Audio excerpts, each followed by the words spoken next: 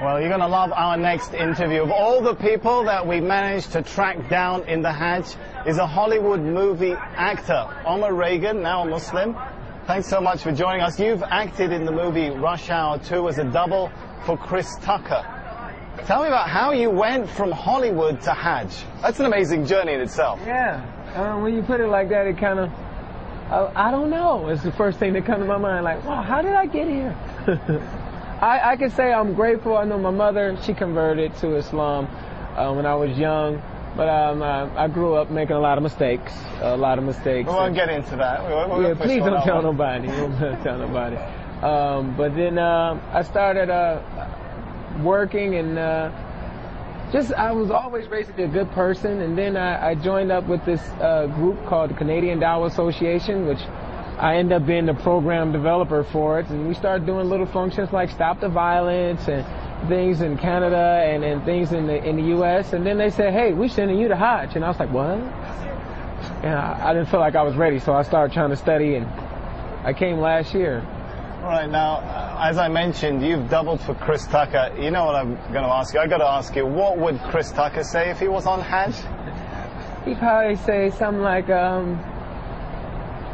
hey man, it's a lot of people and they pushing me. No, it's all for Allah, man. All for Allah. It's only one God. Numerous things. And you know this, man. They do this. I got new life. How do Hollywood? You're still working in Hollywood, so yeah. It's quite an interesting balancing act. Do Hollywood and Hajj really go together? You can maintain those two roles. Hollywood and Hajj. Yeah, that's controversy right there. That is controversy. It's like, when you hear it. But, is that Bernie Mac now? Or what is that? Hollywood and Hajj. Now, you know, it's conflicting, but it works because Hollywood teaches you kind of like put on this, be a fake person, be another person, and Hajj teaches you to really be yourself. It strips you of everything that you thought was so important and everything that you really fight for. It's about me and what I need. And Hajj, man, you know, you sleep on the ground, you know, you wear nothing, as you can see. No, we don't want to really show you wearing nothing. He is dressed, by the way. That is true. That is true. But you stripped of all those worldly possessions, you know, and you kind of, everybody's on the same level, no matter how much money you have. We're the same.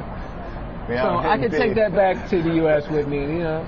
Be a nice person, be a good person. What Islam really teaches is have good character, good manners.